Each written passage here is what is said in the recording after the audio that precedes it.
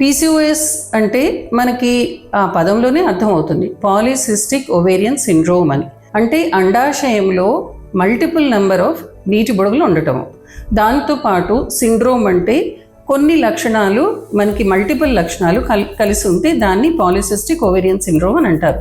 దీనిలో ముఖ్యంగా male hormones ఎక్కువ ఉత్పత్తి జరగటం, హార్మోన్స్లో ఇంబ్యాలెన్స్ ఉండటం, అట్లాగే అండాశయంలో నీటి బుడగలు ఉండటం, వీటి వల్ల చాలా రకాల సిస్టమ్స్ మీద రిస్క్ ఉండొచ్చు. అండాశయంలో నీటి బుడగలు ఉండటం వల్ల అండోత్పత్తి సరిగ్గా జరగకపోవటము, అట్లాగే మెయిల్ హార్మోన్స్ వల్ల స్కిన్లో చాలా రకాల మార్పులు రావటము, మల్టిపుల్ సిస్టమ్స్ అంటే హార్ట్ ఎఫెక్ట్ అవ్వటము, అలాగే కార్డియాక్ డిజీజెస్ రావటము, హైపర్ టెన్షను, డయాబెటీస్, ఇవన్నీ చాలా కామన్గా రావచ్చు.